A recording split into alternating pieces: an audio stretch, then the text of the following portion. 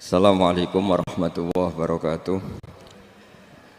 Bismillahirrahmanirrahim. Nahmaduka ya ghafuru ya syakuru. Mashalli wa sallim barik ala sayyidina maulana Muhammadin wa ala alihi wa sahbihi asma'in. Nama ba'du. Mempersiapkan ngaji kitab Kasyifatus Sajjah dikarang oleh Syekh Nawawi. Syekh Nawawi itu ulama top Indonesia yang hidup di Mekah, juga meninggal di Mekah. Dulu di antara kearifan buyut-buyut kami, leluhur kami, itu kalau cerita itu enggak apa-apa kamu mondok di Mekah di sana, tapi bawa pohon yang hidup di Indonesia. Jadi artinya membawa manhaj, metode dakwah yang bisa hidup di Indonesia. Ini penting kata Mbah Mun, karena wa ma arsalna min rasulin illa bilisani qaumi. Semua rasul diutus itu pasti sesuai kultur kaumnya. Saya punya sedikit cerita tentang kultur. Kultur itu nilai yang disepakati masyarakat, meskipun persepsi itu salah. Saya cerita sedikit tentang keunikan kultur. Nabi Yunus itu nabi. Di mana-mana nabi itu mengajak ke tauhid, ajaran yang benar. Dan dulu nabi itu nggak punya polisi, nggak punya densus, jadi nggak bisa nabi nyuruh yang nggak setuju tangkap, itu nggak bisa. Tapi punya Tuhan. Jadi kalau yang tidak percaya dakwahnya itu ancamannya azab. Dulu itu nggak ada polisi, nggak ada pengadilan, sehingga kalau ada kesalahan itu ancamannya itu akan turun apa? Azab, siksa itu. Sekarang kan kalau kita jadi pemimpin kan agak enak itu, punya keamanan, punya macam-macam lah. Singkat cerita, sudah dakwah sekian tahun itu umatnya nggak percaya kalau beliau seorang nabi, bahwa ajaran tauhid itu benar. Akhirnya cerita ini terkenal sekali, mungkin beberapa terputus ya, tapi terputus cerita ini saya ceritakan secara lengkap. Terus beliau cerita, ini waktu sudah lama saya dakwah, sudah lama saya sosialisasi itu tentang kebenaran, Anda tetap nggak iman ini 3 hari lagi pasti ada adab. 3 hari ada adab itu delalah masyarakatnya tuh kepikiran. Jangan-jangan iya itu. Nah ketika jangan-jangan iya itu diintip, rumahnya Nabi Yunus itu diintip, ya agak aneh. Diintip adalah orangnya nggak ada. Nggak ada itu kalau Quran bahasakan abaqo itu minggat itu pergi nggak pamit. Itu bahasanya abaqo itu minggat. Meskipun kita tidak mungkin membahasakan Nabi itu minggat, tapi dibahasakan tindakan kan tidak mungkin karena nggak pamit itu. Jadi harus dibahasakan minggat itu. Quran sendiri bahasakan abaqo. Nah cara berpikir masyarakat gini, kalau kampung ini mau dibalik sama Allah, mau ada adab, logikanya yang tahu akan ada adab itu pasti sudah pergi. Padahal Nabi Yunus pergi ini bukan karena takut adab, mangkel.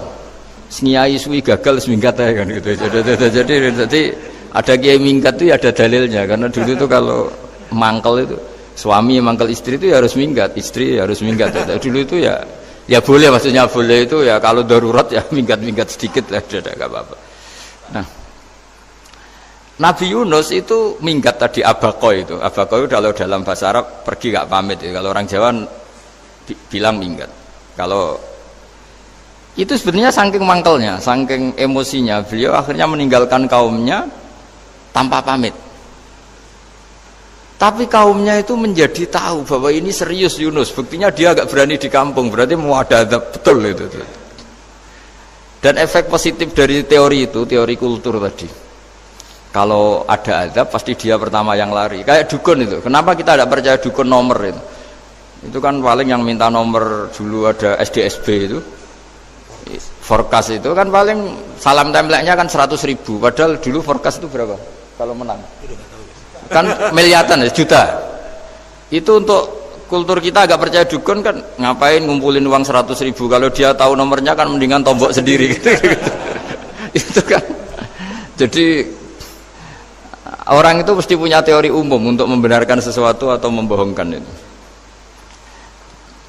Akhirnya umatnya Nabi Yunus itu iman. Iman itu artinya percaya kalau ini tidak main-main. Buktinya Nabi Yunus gak berani di situ. Akhirnya mereka tobat. Saat itu juga mereka wiridan di lapangan, terus semua kesalahannya diselesaikan. Sampai ada rumah yang sudah dibangun permanen karena di tanah tetangga, dirobohkan saat itu juga. Bahkan ada batu yang dulu nyuri, satu dua batu yang dulu hasil nyuri, saat itu juga dirobohkan, dikembalikan sama yang punya. Wah, hari itu semua kedoliman diselesaikan. Ini penting saya utarakan, jadi tobat itu tidak hanya istighfar. Kalau istighfar ribet, tobatnya orang punya utang terus istighfar gitu kan ribet. Kan ribet itu. Ada punya utang terus minta maaf itu kan ribet itu kan. Harus diselesaikan itu. Tobat diterima sama Allah. Batas akhir finish dari harusnya ada adab, misalnya Senin, Selasa, Rebo, harusnya Rebo itu sudah kena adab, ternyata Rebo itu tidak kena adab. Nabi Yunus sebetulnya juga penasaran kampungnya itu kena adab tidak, dilihat dari jauh ternyata tidak, tambah kecewa dia. Gitu.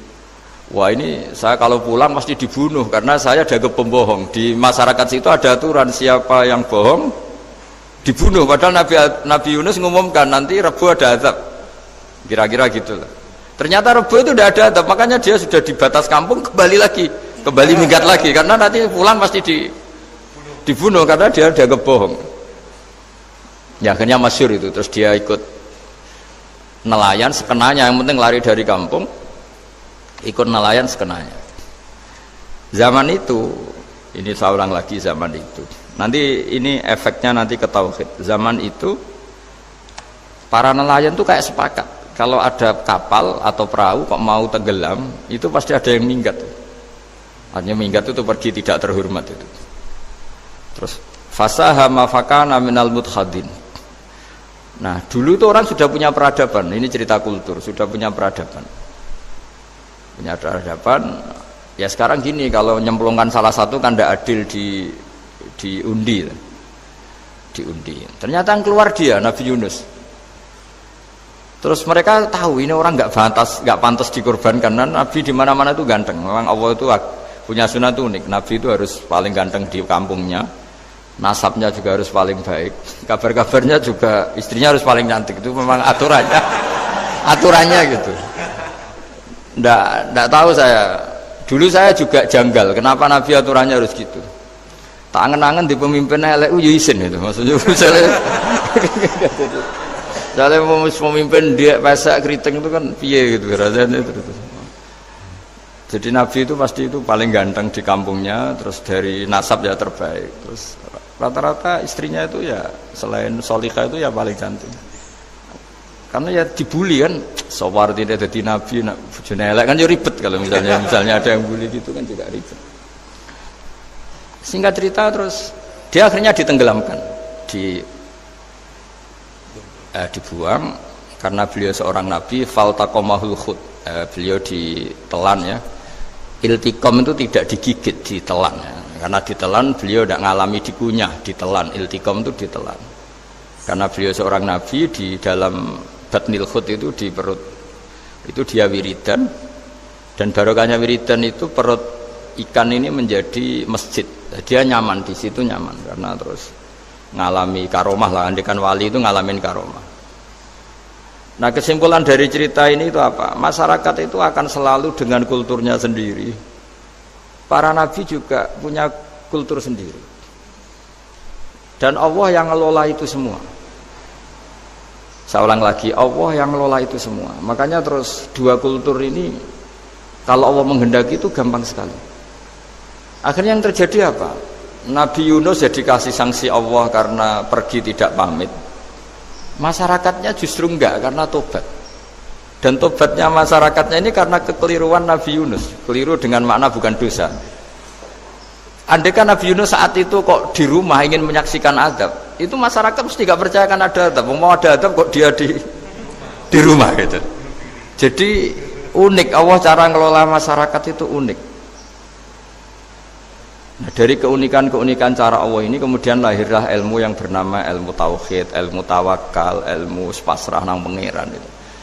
Karena kemarin pas Pak Yusuf sama Bu Sulis sowan saya itu tak beri cerita agama itu milik Allah. Sehingga teori yang dikatakan manusia itu ya teori saja, tetap semua itu di tangan Allah. Ya saya saat itu cerita, misalnya saya ditanya, ini besi, materi besi dengan kaca itu kuat mana? Mesti kita menjawab kuat besi. Tapi saya yang mengendalikan besi dan kaca. Ternyata saya punya merencanakan menghancurkan besi, menetapkan kaca ini tak simpan, akhirnya puluhan tahun. Yang ini saya rencanakan saya hancurkan itu. Andai kan si yang menjawab tadi tahu rencana saya, mesti kuat bilang kuat kaca. Gitu. Makanya contoh paling gampang tadi. Dinosaurus itu hewan paling kuat malah musnah itu. Pitik yang nggak kuat sampai sekarang itu. Karena Allah bikin dinosaurus itu punya rencana dihancurkan itu. Sementara ayam enggak lah, gue rame-rame dunia gitu. Sehingga ya sudah. Nah, agama itu seperti itu. Agama itu sesuai rencana Tuhan. Sehingga ini cerita Nabi. Sehingga Nabi itu kadang nggak tahu bedanya antara sesuatu yang punya data, punya perangkat-perangkat untuk menuju A misalnya, itu nggak tahu bedanya. Jadi kalau Nabi ditanya misalnya gini, onta itu lahir dari betinanya, dari indukannya bisa, ya bisa. Lahir dari batu, jawabnya ya bisa. Kalau dia seorang Nabi pasti jawab bisa. Kalau Nabi loh ya, bukan direktur mandiri, Nabi, itu mesti jawabnya bisa. Jadi kalau Nabi ditanya, mata air itu keluar dari bumi kedalaman 7 meter, bisa. Keluar dari sini, dari meja, jawabannya ya bisa. Karena Nabi itu saking dekatnya Allah, tahu betul bahwa perangkat di dunia ini tidak bisa mendikte Allah. Semua itu kehendak Allah. Logika yang terbangun Nabi itu sebenarnya gampang ya. Kalau kita teliti itu hanya gampang, itu sesuatu yang benar itu pasti bisa dijelaskan secara gampang. Nah ini ngaji tauhid biar tidak terlalu berteori terus. Karena kalau saya cerita uang pinter jenengan. Dan saya tidak ingin pinter tentang uang. Tak beri contoh. Tidak, ini supaya nanti kalau sampean suatu saat meninggal ketemu mungkar nakir itu tahu cara menghadapi. Nanti tak warai tekniknya. Tak warai tekniknya. Bocorannya tadi. Makanya ada cerita agama ini baik sekali. Orang bocorkan ujian nasional itu kriminal, bisa ditangkap Pak Rosidi itu. Tapi agama ini pertanyaan mungkar nakir dibocorkan semua kiai, itu nggak ditangkap sama mungkar nakir. Harusnya kan rugi karena ini pertanyaan, tapi semua kiai kan sudah membocorkan. Nanti pertanyaannya di kuburan itu man rabbuka, Tuhanmu siapa, agamamu apa, itu kan sudah dibocorkan. Tapi itu nggak dianggap kriminal. Sementara kita sekolah SD, sekolah SMP bocorkan soal itu dianggap kriminal. Padahal kalau harusnya boleh. Maksudnya kalau menuruti teori itu harusnya boleh kan.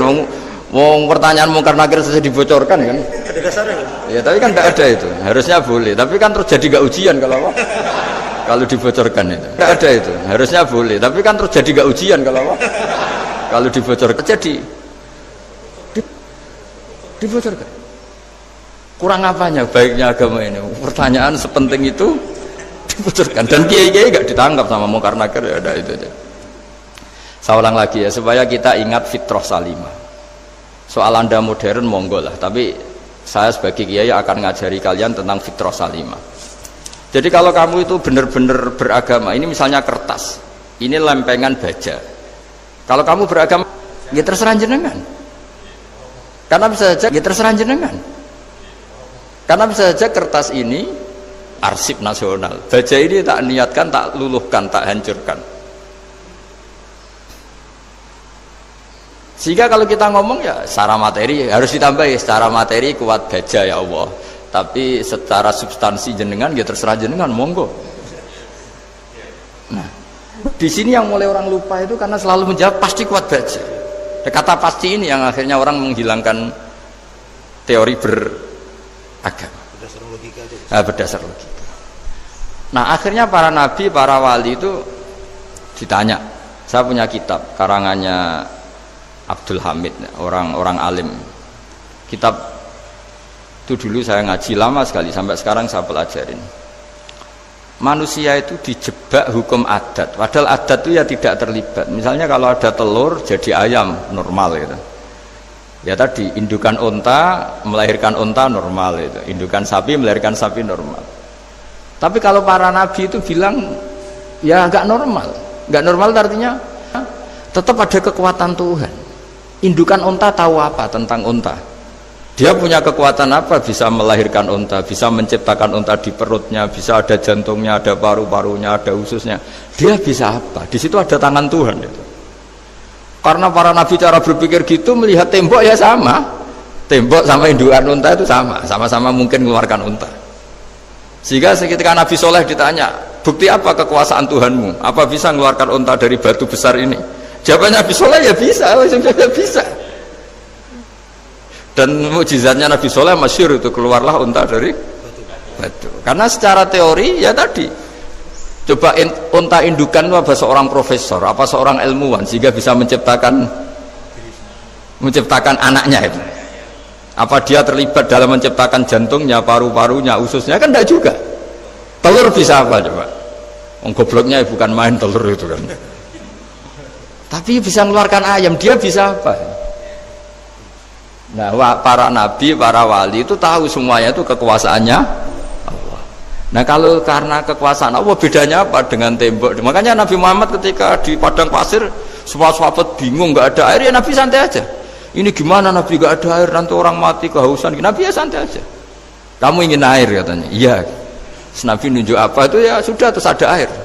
Ada yang keluar dari jemarinya, ada, karena Nabi itu nggak tahu bedanya antara ini mungkin dan tidak mungkin, tuh nggak tahunya itu ya semuanya itu Allah. Kalau kamu kan nggak, wah daerah gini nggak mungkin ada air. Ini kan padang pasir.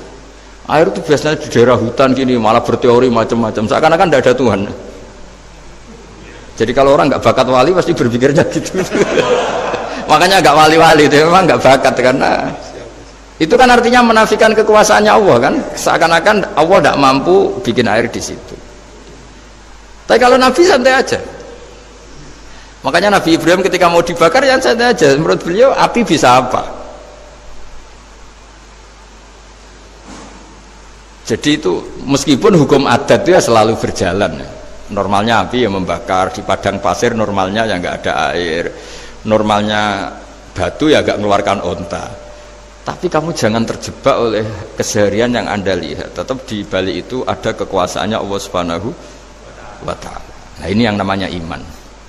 Dengan iman seperti itu nanti ketika kita mati itu ya santai saja. Ketika kita hidup ya tidak tahu oksigen itu apa masuk ke tubuh kita, sistemnya kayak apa, jantung kita ya kita ada ikut bikin, paru-paru kita. Artinya zaman kita hidup pun sebenarnya kita tidak bisa ngelola kehidupan, itu tidak bisa. Nah kalau sama nggak bisa, nanti setelah mati juga tidak bisa. Ya sudah, ketika kita hidup yang ngelola juga Allah, ketika mati juga yang ngelola. Bedanya apa? Nah, ini di sini terus kita dilatih, inna sholati wa nusuki wa mahyaya wa mamati lillahi rabbil alamin. Tapi kenapa kita ragu terhadap kehidupan setelah kematian? Karena ketika kita hidup seakan-akan kita tahu cara hidup. Makanya Allah itu tersinggung betul ketika ada orang merasa bisa ngelola cara hidupnya. Makanya kata Allah, kalau gojlok orang-orang yang kepedean itu, kalau kamu top, mbok jangan mati. Itu falaula in kuntum ghaira madinin tarji'unaha in kuntum shadiqin. Kalau kamu merasa top itu jangan mati. Di mana-mana mati itu tidak top. Falaula idza balaghatil khulqum wa antum khina idin tanzurun. Mbok ketika nyawa kamu sudah sampai kerongkongan, kamu tarik lagi supaya kamu tidak mati. Mati itu tidak top. Katanya kamu top kok mati. Jangan mati. Kalau top itu jangan mati, jangan miskin, jangan tua, jangan jadi jelek. Pokoknya top terus gitu. Itu digojol sama Allah. Tapi orang itu lupa bahwa ketika sehat begini kita seakan-akan ngelola kehidupan. Nah gara-gara merasa ngelola seakan-akan kalau mati lalu saya gimana ya kalau mati? Di kuburan ngapain? Terus kantornya gimana? Kerjanya di mana? Ya udah usah begitu. Nah ini di sini pentingnya tauhid. Orang dilatih berpikir al-khalqul awal. Afa'ayina bil khalqil awal. Kalau dalam bahasa Yasin disebut kul yuhyi alladzi ansha'aha awwala marrah. Jadi agama itu orang dilatih membayangkan pertama hubungan kita dengan Allah. Misalnya manusia pertama itu siapa? Adam. Adam bisa berpikir, bisa berlogika, bisa jalan-jalan, bisa macam-macam. Tapi andaikan Anda jadi Nabi Adam, mesti melihat kekuasaannya Allah itu begitu nyata. Karena saya materinya dari tanah, ternyata saya bisa berpikir. Betapa kudrohnya Allah, kekuasaan Allah, tanah yang benda mati bisa berpikir. Sekarang jadi saya. Sehingga ketemu, kira-kira Nabi Adam kalau ketemu tanah itu ya, kalau mau maksiat, wah ini tanah ini pasti komplain. Nah di sini pentingnya beragama. Sehingga ketika Rasulullah ngendikan, jika kamu memperbanyak sholat, maka tanah-tanah ini bersaksi terhadap sholat kamu. Jika kamu maksiat, juga tanah-tanah ini menjadi saksi pemberat. Itu kamu tidak jagal sama sekali, karena manusia pertama yang bernama Adam yang bisa berpikir itu materinya dari tanah.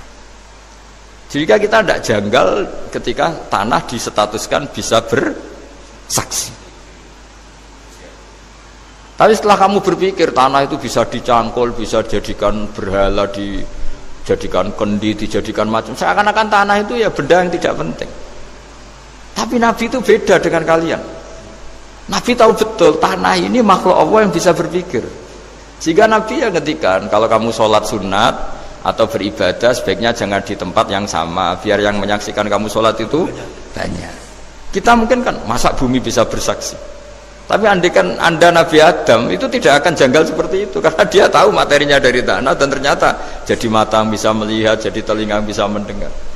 Makanya Allah selalu mengingatkan, ingatlah al-khalqil awal, afayina bil khalqil awal. Karena khalqil awal ini yang menjadikan apa? Fitrah beragama yang baik. Sehingga ketika orang Yahudi bilang nggak mungkin Nabi Isa itu nggak anak zina, wong ibu kok tanpa bapak, anak kok hanya ada ibu tanpa bapak.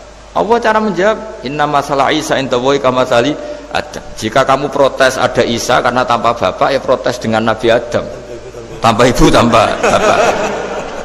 Nah ini diingatkan al-khalqil awal. Makanya Yasin bilang kul yuhyihalladzi ansha'aha awwalamar. Awal marah itu kamu harus berpikir ketika hubungan kamu sendiri dengan Allah zaman sebelum ada semua. Jadi misalnya alam raya ini, bumi sebesar ini, masa suatu saat terus hilang, hancur, nggak berbekas. Ingat saja, bumi ini mulai dulu ya nggak ada.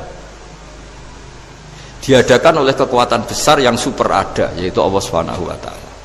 Nah di sini kenapa faham-faham ateis itu hilang di dunia. Meskipun ada itu karena saking mungkin kurang peradaban. Makanya guru-guru kita mulai zaman Nabi Adam sampai sekarang itu cara berpikir sederhana. Bumi ini kadung ada. Di mana-mana sesuatu yang ada pasti disebabkan yang lebih ada. Kan nggak mungkin bumi yang ada kemudian penciptanya itu udah ada. Itu kan ngajak goblok bareng gitu kira-kira gitu. Oh, sesuatu yang ada disebabkan oleh sesuatu yang tiada. Maka guru-guru itu ngajari pertama sifat Allah itu wujud, karena ini wujud super atau kausa prima, terus kiai bilang wajibil wujud. Wajibil wujud terjemahan bebasnya ya wujud super. Karena wujudnya Allah itu yang mempengaruhi ya semua alam raya ini, dia harus di depan. Masa yang menciptakan di belakang? Makanya terus disifati qadim. Qadim itu harus lebih dulu atau awal. Makanya ketika Fir'aun ngaku Tuhan itu cara membatalkan Nabi Musa itu sederhana. Kalau kamu Tuhan berarti baba kamu nggak ada Tuhan karena Tuhannya terlambat datang. Itu langsung. Oh iya ya, kalau ya kan berarti babanya dia tanpa Tuhan, kan Tuhannya baru kemarin. Aktenya baru diurus, aktenya baru diurus itu Tuhannya. Makanya Fir'aun itu akhirnya Nabi Musa punya pengaruh besar di kalangan punggawa Fir'aun. Karena ketika debat terbuka itu punggawanya dengar. Akhirnya mereka iman sama Nabi Musa. Ini disebut wa qala rajulun mu'minun min ali fir'auna yaktumu imana. Banyak yang diam-diam ini iman karena logika Fir'aun jadi Tuhan itu nggak masuk akal. Yang benar adalah Tuhannya Nabi Musa. Nah orang-orang ini itu ya dibilang nggak loyal ya pokoknya dia iman. Dan dia juga yang ikut rapat. Besok Musa tangkap. Karena mereka sudah iman sama Musa, terus sebelum eksekusi itu datang, ini datang ke Musa. Tadi malam saya ikut rapat, keputusannya Anda ditangkap mau dibunuh, jangan lari saja dulu kan. Jadi kan nggak bisa disebut pengkhianatan, kan ini orang baik. Jadi malamnya ikut rapat, besok Musa tangkap bunuh. Iya Nabi Musa paginya sebelum itu Musa, saya nanti malam ikut rapat dan keputusannya Anda ditangkap dibunuh, kamu lari aja sekarang. Nah kenapa iman? Karena logika yang dibangun Nabi Musa. Makanya ciri utama kebenaran itu bal naqdhifu bil haqqi 'alal batil fayadmaghuhu fa idza huwa zahid. Kebenaran sejati itu boleh diuji di mana saja. Dan Anda tidak usah khawatir kebenaran sejati itu kalah. Pasti menang. Kalau kebenaran itu kebenaran sejati pasti menang. Nah, di sini terus ada ulama-ulama kayak banyak lah termasuk di Indonesia kayak Pak Quraisy Shihab kayak yang nyaman saja anak-anaknya di luar negeri karena merasa kebenaran sejati itu tidak akan kalah. Sehingga ketika ada negara yang begitu maju, saya pernah ditanya sama orang yang kuliah di Inggris, di Swiss, Gus, saya ini kan orang Indonesia tapi pengagum negara Swiss, Swedia, negara di sana itu makmur, terus tertib. Bagaimana saya tetap mencintai Islam yang secara lahir itu kadang-kadang beberapa negara Islam itu kacau. Ada seorang mahasiswa tanya gitu. Dia tanya cara ingat Allah, ya membela Islam kira-kira gitu. Terus saya tak kasih tahu dia. Ketika Anda muji negara-negara itu makmur, sejahtera, itu sebetulnya tetap utang jasa terbesar itu sama Tuhan. Pejabat bisa apa ketika Allah misalnya nggak bikin air? Negara bisa apa misalnya ketika Allah itu nggak bikin oksigen? Tetap semua ketertiban itu karena kehendak Allah. Berarti utang jasa kamu di negara manapun tetap sama Allah, bukan pada yang lain. Bahwa ada hukum sosial manusia, oke lah, kedua, ketiga, dia harus terima. Hanya dia sadar. Nah masalahnya kita ketika di negara yang makmur gitu, pikiran kita presidennya hebat, menterinya hebat, tata sosialnya hebat. Oke, nggak apa-apa, muji manusia itu nggak apa-apa. Tapi tetap itu semua di bawah muji Allah Subhanahu wa Ta'ala. Ada air begini ciptaan Allah, ada oksigen sehat ciptaannya Allah. Sehingga muji pertama itu kepada apa artinya kehebatan manusia ketika ada gempa besar, ada likuifaksi, ada macam-macam. Nah maksud saya ngaji di sini ingat Allah itu dengan cara seperti itu.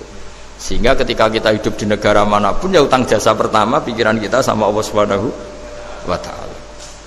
Tapi kalau enggak, kamu terjebak hukum adat tadi. Di mana-mana ayam itu yang mengeluarkan telur, telur mengeluarkan ayam, nggak bisa batu ini mengeluarkan ayam, keliru kamu. Ketika ayam mengeluarkan telur, memangnya ayam itu bisa? Apa dia berpikir sekolah dulu gimana ya cara punya telur? Kan ya enggak juga, tidak bergerak juga. Apa ketika mata kamu bisa melihat terus kamu merencanakan gimana ya mata supaya bisa melihat? Ya tahu-tahu sudah melihat. Nah, di sini disebut afa'ayina bil khalqil awwal ansa'aha awwalan marrah wa huwa alladhi yabda'ul khalqa tsumma yu'iduhu wa huwa ahwanu alaih. Allah selalu mengingatkan, nah iman yang baik itu iman yang seperti saya utarakan tadi. Kamu ingat kekuasaan Allah ketika belum ada apa-apa. Kalau belum ada apa-apa ya Allah bikin manusia itu dari tanah, bikin ayam ya dari tanah, bikin sapi ya dari tanah, bahkan semuanya dari ketiadaan. Nah dengan iman seperti itu nanti kalau kamu ngaji hadis, Nabi bisa mengeluarkan air dari apa? Dari jemarinya. Terus Nabi Ibrahim dibakar gak apa-apa. Nabi Soleh bisa mengeluarkan unta dari batu besar. Nabi Musa bisa menyibak laut hanya dengan tongkatnya. Itu semuanya kamu tidak jangka. Karena tadi ingat bahwa kekuasaan Allah itu tidak terbatas. Itu cara iman yang benar. Sehingga nanti ketika kita mati juga gitu. Ketika kita hidup ya tidak bisa ngatur jantung kita, paru-paru kita, pasti sama lah. Setelah kita mati juga tidak bisa ngatur. Yang hanya ngatur Allah Subhanahu wa Ta'ala. Hidup kita dalam kendali Allah, mati kita dalam kendali Allah. Ya sudah, terus kita mati ya nyaman saja. Saking nyamannya itu orang-orang soleh kalau mati itu jarang berdoa. Bukan karena apa-apa. Kalau berdoa itu resikonya kan gini, mustajab ndak ya, dikabulkan ndak itu. Itu menjadikan setan punya peluang masuk, diganggu. Makanya ajarannya Nabi, mangkana akhiru kalamihi la ilaha illallah wa fi riwayatin Allah dakhalal jannah. Jadi kalau mau mati bersaksi saja, sudah ini enggak saatnya berdoa, saatnya bersaksi. Makanya hanya disuruh bilang Allah, Allah, Allah. Dan supaya ini menjadi akhir kalimat. Sehingga nanti keren lah. Ketika ketemu Allah, apa akhir kalimat kamu yang kamu lafadzkan? Allah, Allah. Sehingga di kitab-kitab diterangkan ketika orang tua kamu mau mati sudah bilang Allah, jangan tanya catatan hutang di mana ya? Tabungannya di mana ya? Terakhir jawab mandiri terus mati lah. Gak boleh ditanya lagi. Sekali ditanya nanti akhir kalimatnya mandiri. Nah, itu gak boleh. Jadi sekali sudah bilang Allah jangan ditanya lagi. Pak tabungannya di bank mana, gak boleh. Bahayanya sekali jawab mandiri terus mati berarti akhir kalimatnya itu ya mandiri. Makanya harus akhir. Jangan nanti statusnya itu mangkana akhiru kalami, memang akhir dari yang dikatakan itu kata Allah. Nah sebetulnya teks hadis itu la ilaha illallah. Ini pinternya Kiai Jawa. Lagi-lagi kembali ke kultur. Kiai Jawa itu kiai yang bisa modifikasi kultur. Sebetulnya kalimat hadis itu yang masyhur, itu yang populer itu la ilaha illallah. Tapi Kiai Jawa itu, dan itu ngikuti kitab-kitab Arab juga, kitab-kitab. La ilaha illallah itu resikonya tinggi karena di situ kan tiada Tuhan yang berhak disembah kecuali Allah. Ada kata la ilaha ini. Nah takutnya pas la ilaha sudah mati. Nah karena itu ada resiko la ilaha gak khatam, berarti tiada Tuhan. Nah, sehingga karena ini dianggap riskan, ya terus Kiai Jawa ngajari sudah lah, gak usah kepanjangan ya sudah Allah. Jadi itu sudah agak-agak rekayasa lah, agak-agak istihad gitu. Maksudnya istihad itu sebenarnya teks panduannya itu la ilaha illallah. Teks panduannya. Tapi kiai-kiai itu tentu yang paling tahu tentang kehendak Nabi karena nekuni ilmu itu lama sekali. Kita ngikuti cara-cara ditentukan para kiai. Karena tadi la ilaha illallah itu kan ada kalimat yang tadi ya, tiada Tuhan kan. Nah, kata tiada Tuhan ini yang dianggap riskan kalau nggak khatam. Daripada potensi itu terus kiai-kiai ya agak-agak improvisasi lah, itu memang ya sudahlah Allah. Nah supaya itu menjadi akhir kalimah, ya saya ulang lagi menjadi apa? Akhir kalimah. Setelah itu kata kitab-kitab jangan tanya hal lain. Ya sekali ditanya nanti dia akan ngelafatkan hal lain itu. Ya tadi misalnya tabungannya di mana? Gitu. Kalau bisa jawab sini. Nah, yang ribet kalau wong kuno itu neng laci, neng sorogan. Berarti kalimat terakhirnya ya laci sorogan itu. Nah, sehingga terus itu pinternya guru-guru kita. Jadi saya ulang lagi ini yang terakhir saya pesen, latihlah iman seperti imannya para ulama, para aulia, syukur-syukur yang dekati imannya para nabi. Itu cara berpikir tuh al khalqul awal. Afa'ayina bil khalqil awal. Qul yuhyihal ladzi ansaha.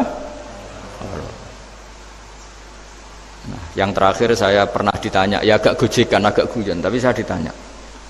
Saya itu nggak bisa melihat, Gus. Aneh orang Afrika itu. Kan misalnya ada Miss Afrika itu. Di sana itu orang paling cantik. Malah kadang itu ada kriminal gitu, karena orang Afrika merkosa Miss Afrika. Itu kata orang Indonesia, Gus, dikekno aku ora doyan gitu. Itu kan. Itu lah ini kan secara syariat mungkin lelaki itu punya rasa dengan perempuan itu ya kalau berpakaian serono atau gimana secara teori.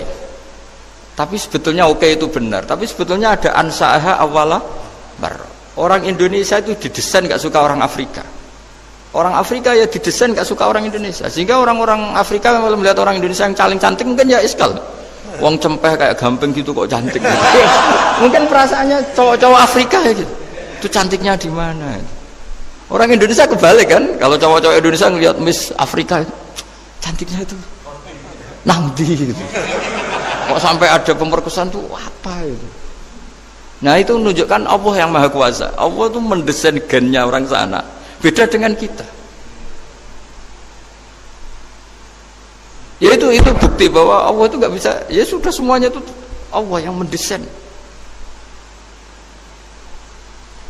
Itu bukti bahwa manusia itu bisa apa di depan orang kayak Afrika kok disuruh bilang cantik, kita kan protes. Cantiknya di mana? Mungkin orang sana juga protes ke kita. Orang Jawa cempeh itu kok cantiknya dia. Itu orang-orang Indonesia kalau melihat bule cantik itu kan temukan janggal. Orang-orang Jogja bule wayune nang ndi gitu. Kulitnya gitu kan sama mereka juga bilang kita mungkin seperti itu. Itu namanya didesain ansaaha awal apa? Marrah. Sudah memang desainnya seperti itu. Nah di sini supaya kita ingat. Nah, ingat bahwa hati juga gitu. Ketika kita cinta istri itu janggal betul kalau terjadi konflik. Tapi kalau sedang konflik itu janggal betul terjadi perdamaian. Nak lagi mau ngangkel itu ya problem betul. Nah ini di sini pentingnya iman. Orang terus disuruh berdoa ya muqallibal qulub tsabit qalbi ala dini, karena kita tidak tahu cara berpikir. Ada perempuan cantik sering merengut, pecintanya ya banyak, dianggap pemikir serius. Tapi kalau baru gedeng namanya ya merengut, bukan pemikir. Orang senyum itu kita seneng gitu. Tapi kalau baru gak seneng, murahan guyu. Itu jadi manusia itu unik. Hanya sama, tapi cara nganalisis beda. Tinggal sedang seneng apa enggak. Lucu kan? Ada orang anteng di rumah, itu kalau lagi seneng ya, oh itu anteng gak banyak ngeluyur. Tapi baru gak seneng, seneng ngomah ya nganggur. Nah, itu kita tidak pernah tahu. Kita simpulkan apa itu tidak pernah tahu. Makanya wisata, pernah ada orang wisata datang ke sini tak nasihatin. Orang wisata itu kan seneng di kampung-kampung yang terbelakang gitu, melihat orang manusia pohon, melihat apa. Terus saya bilang, itu kan kasihan kan, masa manusia jadi objek. Bahkan bayangannya ya kalau mereka jadi modern jadi gak menarik kan. Padahal kita yang orang pendidikan kan inginnya mereka terentas lah dari kultur itu. Ya itu kan gak sambung kan. Yang satu bilang unik, masyarakatnya masih unik, masih naik-naik pohon. Tapi bagi orang pendidikan kan tersiksa kan. Ini bangsa kita, warga kita kok masih seperti itu. Makanya orang wisata itu nasihati, kamu kesana itu niat melihat apa niat mengentas? Kalau niat mengentas, tak jamin ada pahala. Bagus, mau niat mengentas katanya. Niatnya baru sekarang apa mulai dulu-dulu? Baru sekarang. Ya ini cerita dari manusia itu semudah itu, Pak. Nah, setelah kamu ngaji ini, kamu tidak akan janggal terhadap kenapa Nabi itu begitu santai. Ketika tadi makanan misalnya satu wadah itu cukup untuk orang 300. Sampai Jabir yang ngundang Nabi kan hanya kambing kecil, cukup orang 6. Ternyata Nabi ngajak orang 300 lebih. Tapi Nabi bilang ya sudah semuanya makan cukup. Kata-kata Nabi kan, zaman dulu belum ada beras, belum ada Allah itu bisa kok mengenyangkan malaikat tanpa makan gitu. Susahnya apa mengenyangkan manusianya dengan nasi sedikit itu ya Nabi ya santai aja, semuanya kenyang santai. Ya ini itu iman-iman yang sudah benar-benar awal amarah, sudah Allah tidak harus terdikte oleh nasi. Kalau nasi sedikit harus cukup orang sedikit, kalau banyak harus orang banyak. Allah tidak perlu kena aturan itu semua, tidak perlu. Saya ini Tuhan kata kok kamu atur itu gimana, tidak bisa. Saya Pak Bakar hanya ngaji ini insya Allah Anda setelah baca mukjizat keramat itu tidak istiqamah. Ya saya kira demikian. Assalamualaikum warahmatullahi wabarakatuh. Waalaikumsalam warahmatullahi wabarakatuh. Terima kasih sekali Gus Baha atas tausiahnya. Terinfo dari panitia ada ratusan pertanyaan Gus. Tapi ya sudah ditulis panitia 2 pertanyaan ya Gus. Wah banyak betul. 2 Gus. Baik, saya bacakan langsung 2 atau satu-satu Gus? Langsung 2 aja. Baik, pertanyaan pertama dari Pak Andi, perwakilan dari Blora Gus. Perkembangan sekarang ini banyak penceramah yang muncul, namun terkadang terjadi perbedaan pendapat di antara mereka, sehingga umat yang baru belajar agama seperti kaum milenial menjadi bingung harus mengikuti pendapat ulama yang mana. Bagaimana menyikapi hal tersebut Gus? Pertanyaan pertama. Pertanyaan kedua dari area Solo Gus, dari Ahmadi Nugroho. Bagaimana cara kita berbakti kepada orang tua yang sudah meninggal, di mana semasa hidup orang tua kita pernah meninggalkan sholat? Pernah meninggalkan sholat? Ya. Kalau sering itu. Pertanyaannya, apa yang harus dan sebaiknya kita lakukan sebagai anak Gus? Enggak Gus. Yang ngaji di sini itu banyak ya, mulai yang nekuni bisnis apa saja lah, termasuk yang di Grab ya, termasuk Pak Polisi kadang yang ngaji terus ya nggak apa-apa. Dan semua saya itu termasuk kiai yang nggak pati suka ada pertanyaan, bukan karena apa-apa ya, makanya tak batasi 2. Karena pertanyaan itu biasanya itu dipikir dari rumah, terus tema yang pokok itu gak pati dirungokno, sementing kok iso takok. Sehingga itu ya. Ini lama-lama yang janda tanya, caranya pendapat jodoh kan ribet nanti. Makanya ya, tapi ya seneng saya ada pertanyaan ya seneng. Cuma kenapa saya tidak membuka terbuka karena tema kita kan kiai ya, kiai itu kayak dokter, tahu misalnya saya tadi tema itu supaya orang itu tauhidnya kokoh dengan karena zaman akhir itu yang paling mengkhawatirkan itu apa? Tauhid gitu. Tapi kalau tanya ini diberi hak, itu orang kan sudah punya pikiran sendiri mau ditanyakan, padahal itu subjektivitas dia. Sehingga tanya ya sudah sekadar. Tapi ya nggak apa-apa, tetap saya senang. Cuma nggak boleh banyak-banyak. 2 itu sudah kebanyakan. Yang kedua tak jawab serius. Ketika kita punya orang tua yang punya hutang, itu yang dibahas Nabi itu hutang dulu. Itu karena hak adami. Hak adami itu tuntutan. Jadi kalau dalam kitab fikih itu ada istilah haqqullah mabniun alal musamahah wa haqqul adami mabniun alal musyahah. Jadi kalau hak Allah itu Allah lebih rileks. Karena Allah itu tidak butuh disembah, tidak butuh dipuja-puja. Allah sudah terlalu besar. Al-Qayyum sudah besar sendiri. Sehingga Allah itu mudah, ngabaikan haknya itu mudah. Tapi kalau hak adami, bawaan manusia itu kalau hartanya dibawa orang itu ingat terus. Sehingga harus diselesaikan. Maka Nabi kalau mau mensolatkan jenazah tanya punya utang enggak. Tapi kalau orang itu misalnya enggak sholat atau apa itu Nabi masih ringan. Yang ditanyakan imannya. Bukan berarti kita nyepelekan sholat enggak, tapi memang agama ini yang diprioritaskan itu hak adami. Sholat itu super penting, bukan penting lagi super penting. Makanya pertanyaan tadi tak luruskan dulu, anak cucunya itu prioritas itu mikir utang dulu. Karena ini yang hak adami gitu. Ya. Nah setelah utang itu selesai, baru dipikirkan menurut sebagian ulama, anak ini boleh mengqodoi sholat yang ditinggalkan orang tuanya. Atau dikafaroi, misalnya per sholat nilainya sekian terus dibayarkan ke fakir miskin. Nah, tapi pertanyaan seperti ini sepertinya mengganggu itu begini, takutnya jadi masif. Jadi masif itu gini, berhubung ada solusinya. Ini yang tanya orang mana tadi itu? Solo, ini orang Solo ini harus dikasih tahu. Berhubung ada solusinya, jangan-jangan kita yang kaya. Misalnya Pak Yusuf atau Bu Sulis kaya. Kalau nak punya tabungan, nak saya ada usah sholat ya, nanti gampang. Karena persolatnya kan nilainya hanya sekian gitu. Umur saya kan paling tinggal berapa, itu cukup lah apa?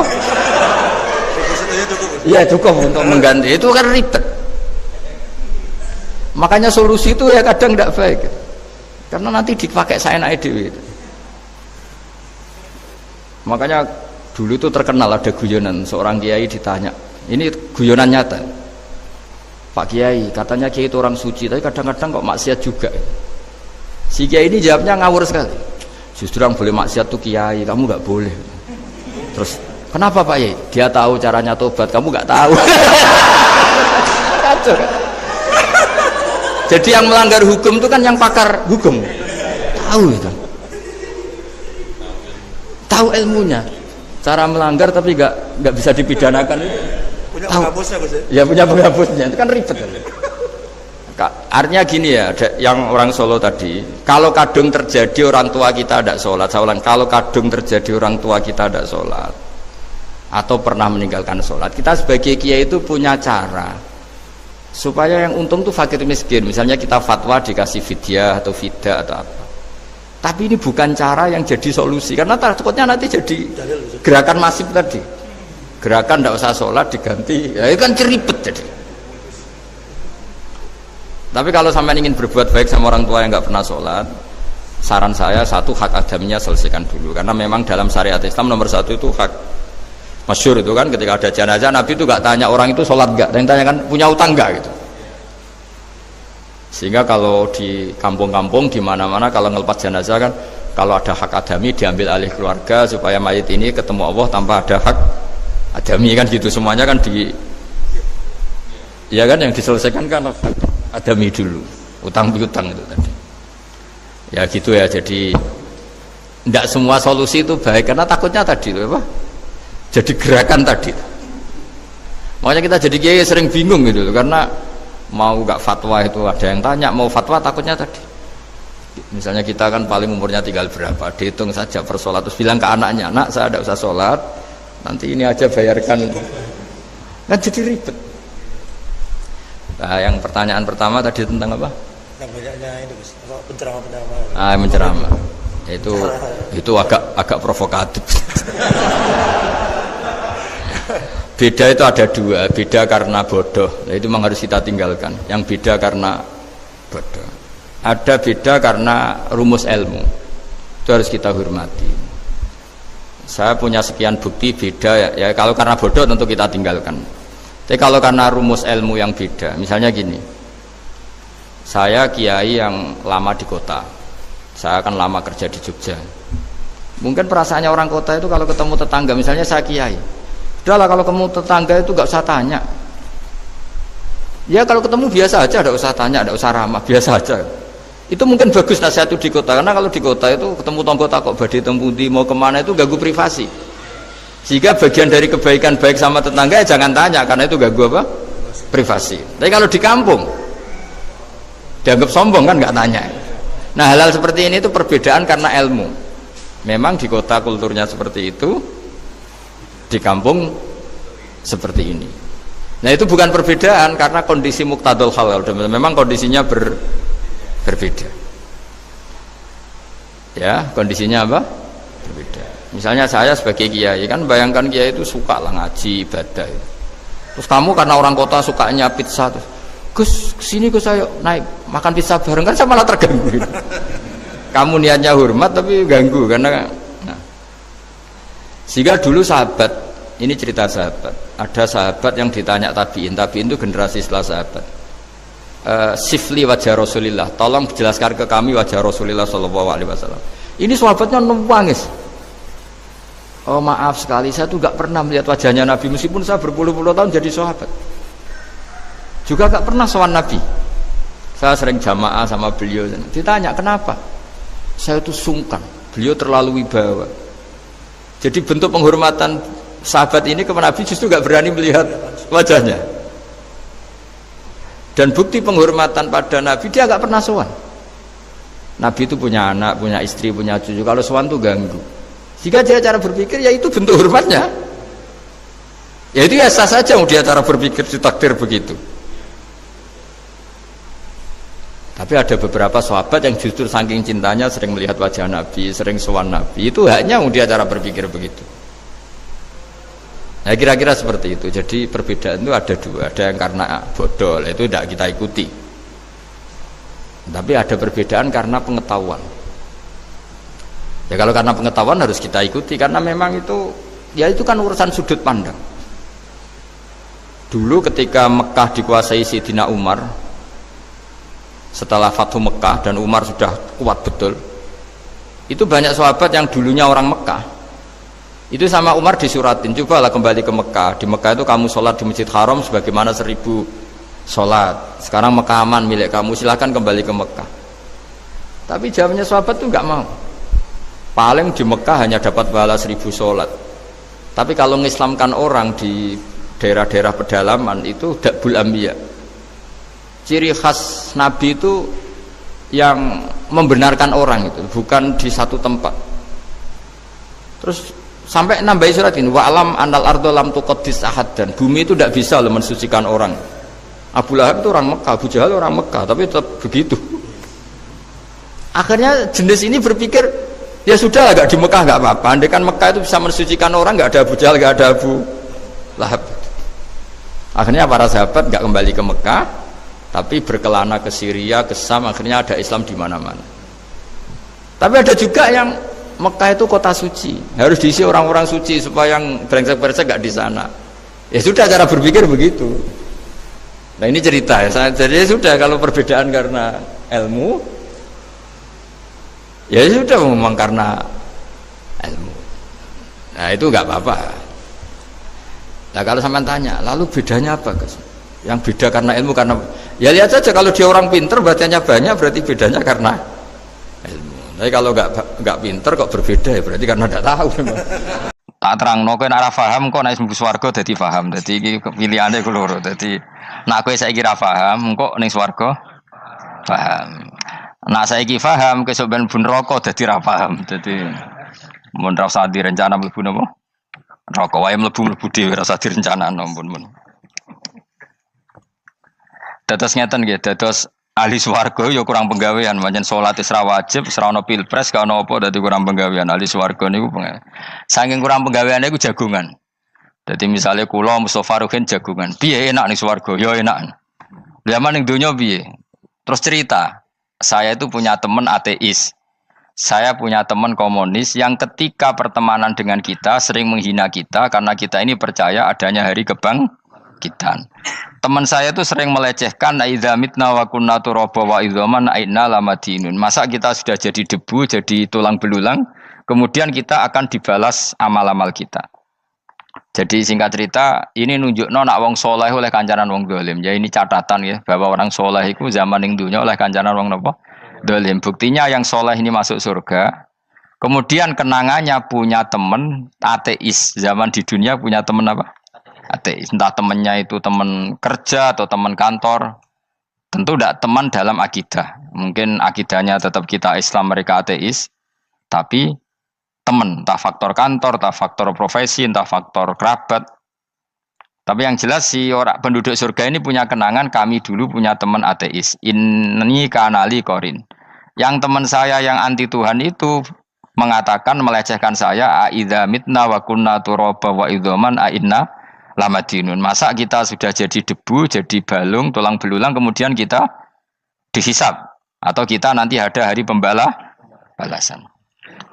Nah terus ketika jagungan ini, tadi saya bilang ahli swarga kurang penggawean. Lah piye delok piye jare kanca-kancane moh aku ora melok di kanca jadi fayaquluna lah. Jadi ketika Ruhin muni ape delok jare Mustofa jare Kifat moh aku gak kancaku delok dhewe jare. Lah si Ruhin kan wong kurang pegawean mulai ning donya sampe ning swarga. Terus delok. Terus fattala'a fara'ahu fi sawail jahim. Bareng dekne delok roh kancane kejet-kejet ning neraka. Seneng dekne. Jadi wong nak hasud tu nanti ning swarga aja hasud. Seneng terus muni ngene, tawahi ing kita laturdin. Dulu kamu hampir saja menyesatkan saya. Artinya zaman dia ateis sempat ngerayu supaya Ruhin dadi napa?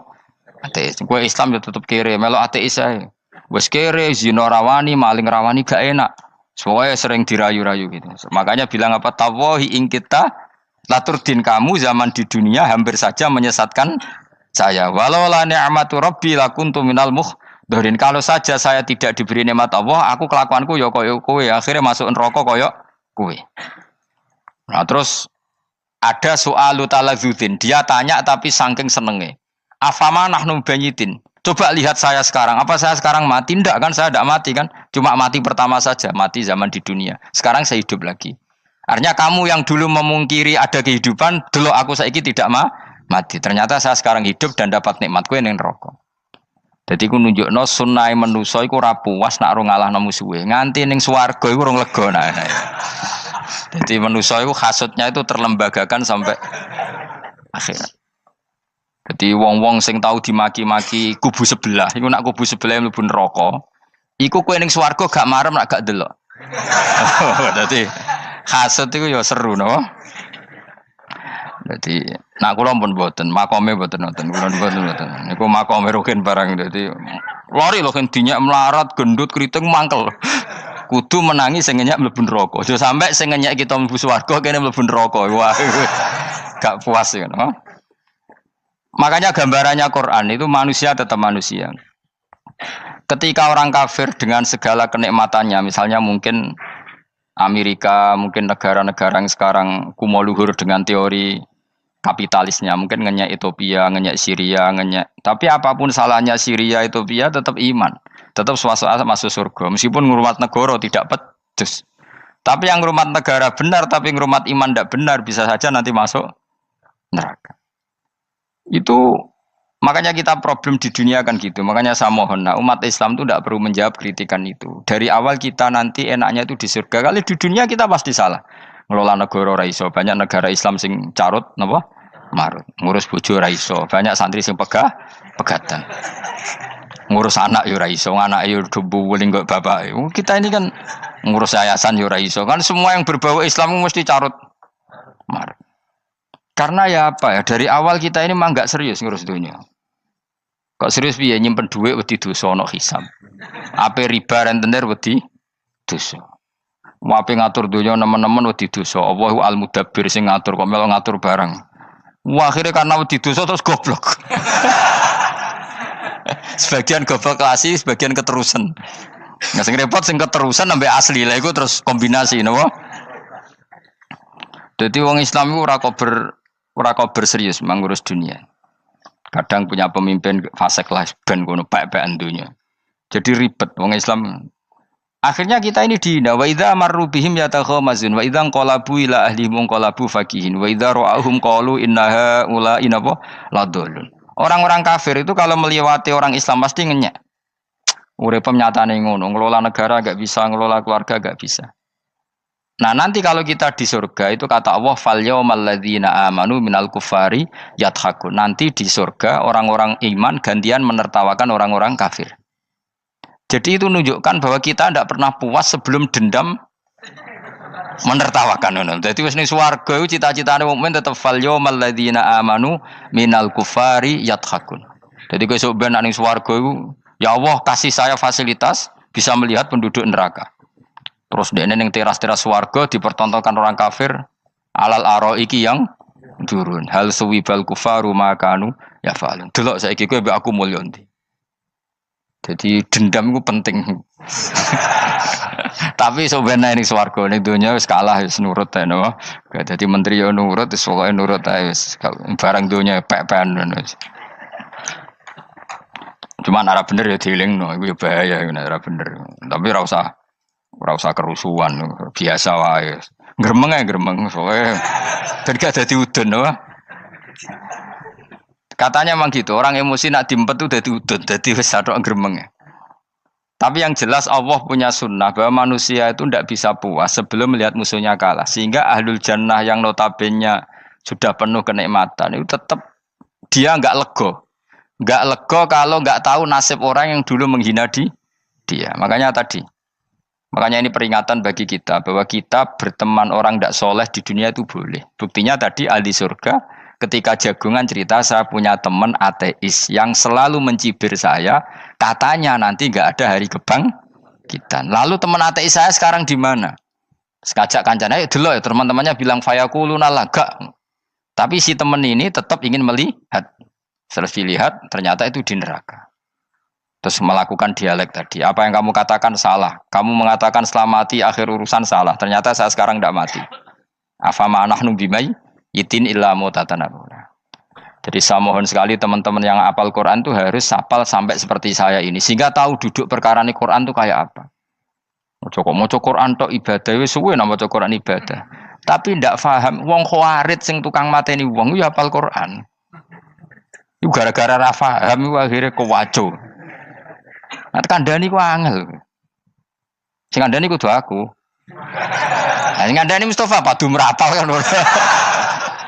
Sing ngandani kudu aku. Mbok yo wong ku mikir to. Apa gunane misalnya ki apal Pancasila. Tapi ra iso nglakoni napa? Pancasila. Ngapal tok keadilan sosial bagi seluruh pejabat. Antok ngomong ngono jelas timbang muni bagi seluruh rakyat Indonesia aja boleh. Quran juga gitu. Kita ini manusia punya watak dendam. Tapi dendam ini dikelola oleh Islam. Dendamnya mending swarga ae. Ning donya ben, ning donya mesti sedhilu. Tenan betul. Orang-orang mukmin itu sampai belum lega kalau belum ketemu orang yang pernah mencibir. Yaitu tadi qala qailu minhum inni kanali qarin. Saya punya teman yang ketika di dunia selalu mencibir saya, inna kalaminal musaddiqina idza mitta wa kunna turaba wa idzaman aina lamadun. Teman saya itu selalu mencibir. Masa kamu percaya hari kebangkitan? Kita nanti kan sudah jadi tanah, jadi tulang belulang, masa bangun lagi? Yang benar saja kamu. Nah orang-orang yang mencibir ini kan sakit. Orang dicibir itu kan, nah sakitnya itu terbawa sampai surga. Tapi nak kamu bener ora kok berdendam melane. Jadi dendam itu anane ning swarga, nak ning neraka ora kok berdendam. Dianjuti malaikat oleh dendam piye. Tapi bareng ning swarga happy-happy iku piye? Kancamu dhisik sapa wae. Ora kanca partai maksudnya kanca gitu. Ya dadi sok nang swarga musa-musamu delok. Jebule swargane sak dhuwurmu. Lan jogeman musa ya aku demen isin kowe sok ben. Dhe musuh jebule swargane. Ndi musuhku, sing wane aku gitu. Terus jare kancamu teko, aku ning dhuwurmu. Ya jarak. Repot ya. Jadi terus kedua, peringatan dari Quran. Allah itu saking kudrohnya itu senengane gawe fitnah. Fitnah itu sesuatu yang enggak masuk akal. Jadi wong kafir utawa wong Islam piyambak iku kon iman sesuatu yang paradok. Iku kon ngimani ning neraka iku ana wit. Lah neraka iku panase ngono, ana wit. Mulane jare wong kafir Muhammad tambah suwe tambah ra waras. Mergo wong neraka iku makan sajaratus zakum. Mulane wong kafir tambah guyu Muhammad itu gak waras. Jarene neraka banget panase, tapi di saat yang sama ngomong wit iso tumbuh. Mestinya neraka itu kan enggak ada pohon. Mulane Allah nate ngendikan wa ma ja'alna ru'yallati arainaka illa fitnatal linnas wasyajaratal mal'unata fil Qur'an. Jadi satu orang itu diuji disuruh ngimani Isra Mi'raj. Nabi yang tetap posisinya di Mekah diberitakan oleh Quran bahwa Nabi telah menembus langit Sabtu dalam lahdoh satu malam. Wong kafir malah guyu-guyu. Terus kedua ada pohon yang tumbuh di neraka. Mulane dawuh pangeran seperti wa ma ja'alna ru'yallati arainaka illa fitnatal linnas wasyajaratal mal'unata fil Qur'an. Jadi diuji. Yes ngono dunya kaya wong Islam sakniki niku. Yang mengklaim negara Islam tata kelolanya carut marut. Yang negara non Islam kadang tata kelolanya rapi. Sehingga seakan-akan kita ini salah. Ngurus dunya wae ra iso, mung ngurus akhirat. Tapi saya berharap sing dicibir iki sok ben mlebu swarga. Dadi iso dendam. Tapi nek mlebu neraka iku ora kober dendam. Mulane kula mboten gadah rencana mlebu neraka mboten gadah. Kula niku nggih pendendam dadi mangkalku ben kesampaian sampeyan nak teng pundi? Swarga. Kita harus ngalami fal yawmal ladzina amanu minal kuffari yadhakun alal araiki yang jangan sampai kita ngalami kita sendiri disiksa. Kowe ngilu awakmu dhewe, milih dendam apa milih mlebu neraka? Milih dendam ya. Syaratnya mlebu apa? Swarga. Jadi pangeran itu memang sering damel sesuatu itu paradok. Tapi memang Allah sengaja. Mulane kula bolak-balik matur, ulama itu banyak, yang jaga akhlak ya banyak, yang jaga ilmu yang banyak. Kadang yang jaga ilmu itu yang akhirnya nyuwun sewu cangkem elek dan itu penting. Saya di mana-mana bilang, sesuatu itu kadang nggak bisa dijelaskan secara baik-baik. Syaratnya kudu cangkem elek. Cuma karena itu nggak mungkin kita nisbatkan pada Nabi, ben aku wae sing tanggung jawab. Kalau nak dinisbatkan Nabi kan elek, maksud Nabi kok gerakan cangkem elek. Ben aku wae. Nak pancen salah, aku sing tanggung jawab. Tapi nyalahno aku neraka, yakin neraka. Siji yo ora level, napa siji ora level. Dhisik sahabat itu akhirnya yo nyuwun sewu cara ora sahabat yo cangkem elek. Mergo mangkel. Ada orang munafik saking ora ngajari ngene. Kenapa saya bikin gerakan cangkem elek? Kok janut lho. Kowe asli elek maksudnya cangkemmu wis elek ora kok. Engko nang darane aku harus gebak ora asli cangkemmu wis elek. Wis ngono perkara dunya ora perkara hak. Nah kan perkara hak, cek keren. Wong munafik ku saking mangkelnone ning Kanjeng Nabi, saking kepengin Nabi itu ketok goblok, ketok salah. Iku kadang takok nggawa untane unta ya. Takok, "Mat, unta kuwi sing ngawini untane sapa? Kok anake kok ora kembar?" Terus ana sahabatmu sing cangkem elek kaya Ruhin. Tak pajangi aku. Kowe apa? Dadi oleh muni ku nazautu alaiha, nazautu cara aku sing nyelingkuhi. Terus ki apa? Mergo gak trimo nabine dikei pertanyaan sing gak masuk akal. Paham? Begitu juga ketika mereka nyembah berhala Lata Uzza iku sing cangkem elek ya sahabat. Mergo Nabi ra pantes. Cangkem elek bicara, aku gek bengi pas sampe nyembah berhalaku. Jebule pas duyoi luwak. Aku mikir, mosok pangeran duyoi luwak menengah iki apa-apaan? Dikencingi apa? Luwak. Ada lagi orang Bedui, orang munafik tanya, "Muhammad, idda'aita annaka utiyal wahya, kamu tuh mengklaim kamu dapat wahyu, sekarang unta saya hilang. Lalu posisi unta saya di mana? Kamu idda'aital ghaib, kamu mengklaim tahu barang ghaib, sekarang unta saya di mana?" Sahabat akhirnya kecangkem elek, tak colong apa-apa kowe. Gak mangane. Pokoke butuhe mangkelno, padha mangkelno. Mergo gak trimo nabine nggo pertanyaan-pertanyaan yang tidak mendidik, yang menyudutkan. Sing paling parah mau nazautu alaiha. Ya aku sing nyelunggi kowe apa-apa. Nah sama misalnya orang kafir bilang orang Swiss lebih bahagia timbang orang orang Ethiopia, orang Eropa lebih bahagia ketimbang orang Syria. Kamu harus bilang kata siapa? Coba ukur. Kita yang miskin, kita yang tidak menteri, kita yang tidak siapa-siapa. Andai kan ditimang kebahagiaan kita dengan menteri tidak mesti kalah. Mereka juga punya atasan yang mengganggu kan. Kue jadi buruh majikan ya tersita oleh atasan, menteri ya tersita oleh atasan. Kebebasannya ya ada yang tersita. Wayai kepengen turu harus ngantor, wayai kepengen mangan harus rapat. Kamu ya tersita pe mangan ra kelar. Ya sesuai tersitanya macam-macam kan. Semua itu kita sama kok. Ada yang sesuatu yang kita tidak gesam, mereka juga sama ada sesuatu yang tidak. Ya. Sebenarnya pola hidup itu kan sama. Dan itu kadang-kadang yang jadi aman kadang-kadang mau cangkem elek sing iso jawabnya. Tapi saya ulang lagi itu nggak mungkin kamu nisbatkan kepada Rasulullah karena Rasulullah itu ahsanan nasi khalqom. Tapi ulama ben tetep ngene iki. Sing kaliber lho ya. Sing kira-kira cangkem elek tetep keramat kok kula lah minimal koyo kula. Kulo nu cangkem elek tetep keramat. Kowe sopan tetep keramat, ora ono ilmune kok. Entekno sopanem ora ono pengaruh ya.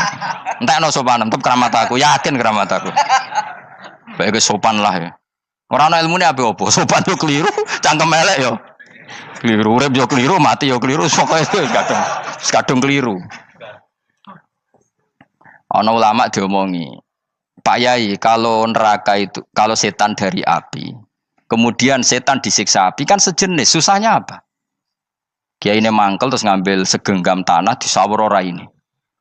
Loro yai, jari ke kota tanah, kena tanah kok loro. Nggak bisa seperti ini diberi penjelasan baik-baik kan.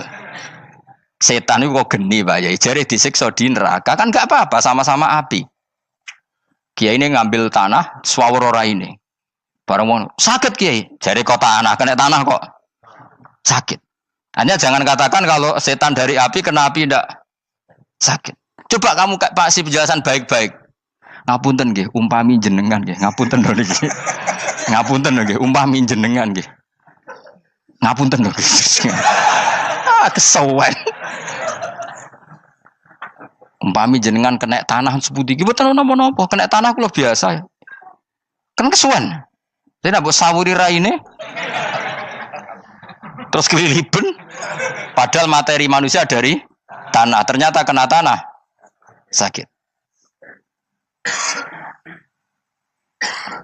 Makanya dendam itu penting, tapi tadi loh ya, bukan dalam konteks dunia, ning swarga.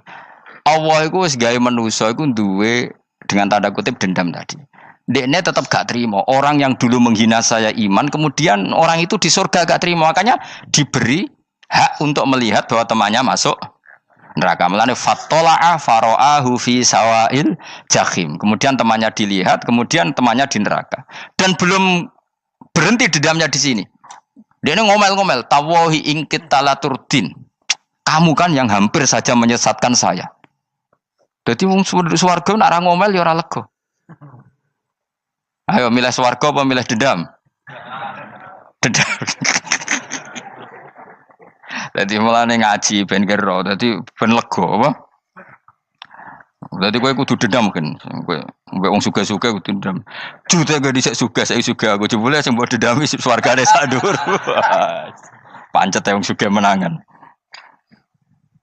Jadi kudu jelas ya. Jadi kenapa saya bilang cangkemel karena tadi dulu sahabat itu kadang kesulitan nanggepi komentare wong-wong munafik karena tadi itu Nabi itu, sampai nak roh ceritanya Nabi dari sisi yang baik-baik saja. Maksudnya baik-baik itu sahabat merawakan Nabi. Wong munafik nak takok aneh-aneh. Ya Muhammad, onta aku iku rondo ireng kok anake rondo ngene iku sing majangi sapa jare sahabat.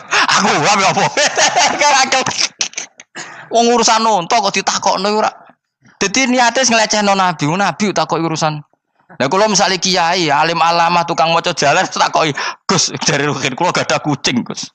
Niku rupane kok beda-beda nu sing majangi kucing putih, Gus. Aku kan ngenyek wong. Kiai ditakoki urusan perselingkuhane apa? Kucing.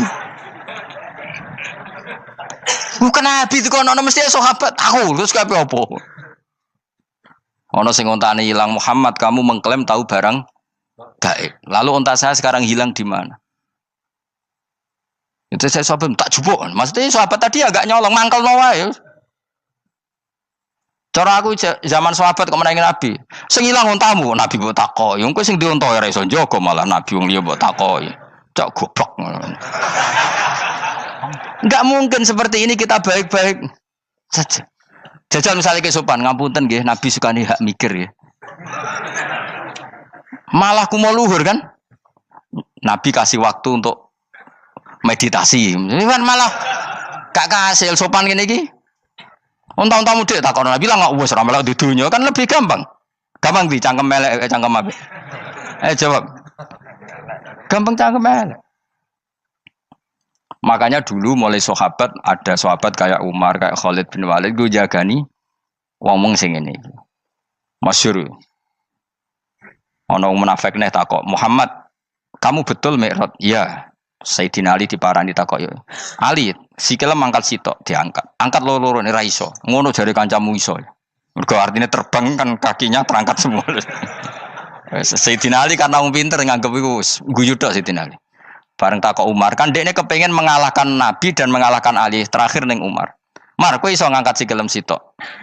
Ta ini. Pekno pedang mbek Umar. Kewan iki. Ngono ku ora iso diadepi api-apian. Kau Umar harus ngerti iki ora kena diterangno mbek akal. Makanya saya punya rencana umpama aku menangi Nabi, iku sang melek. Nabi ra usah ben tetep ahsana nasi kholqom.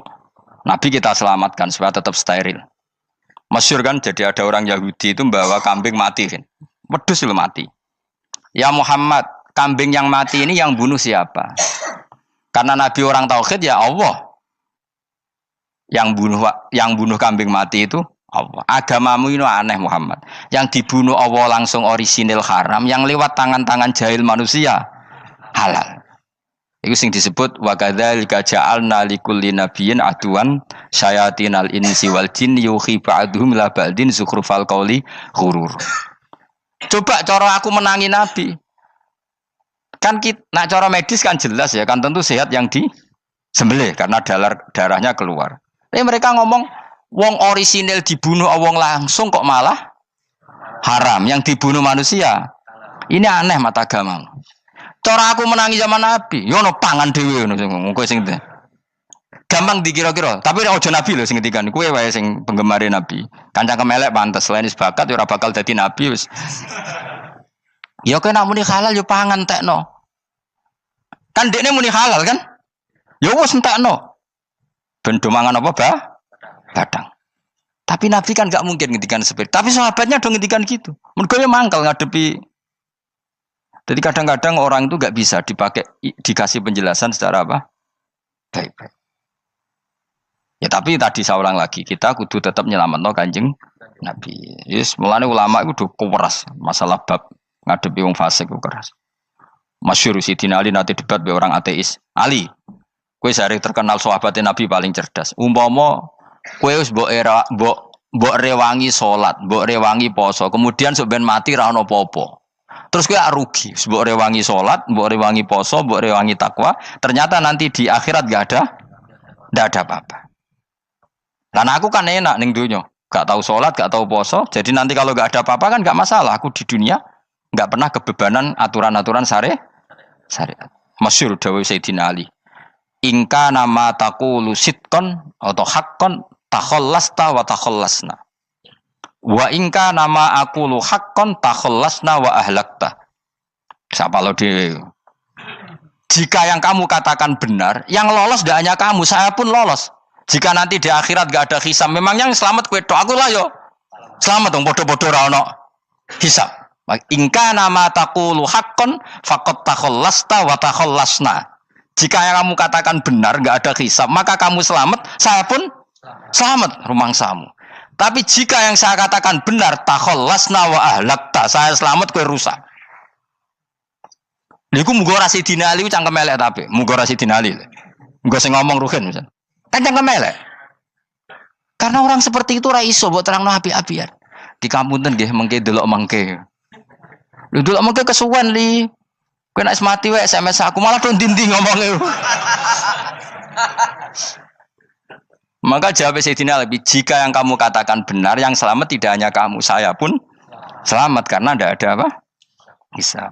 Tapi jika yang saya katakan benar, maka takhallasna wa ahlakta, saya selamat, kamu rusak.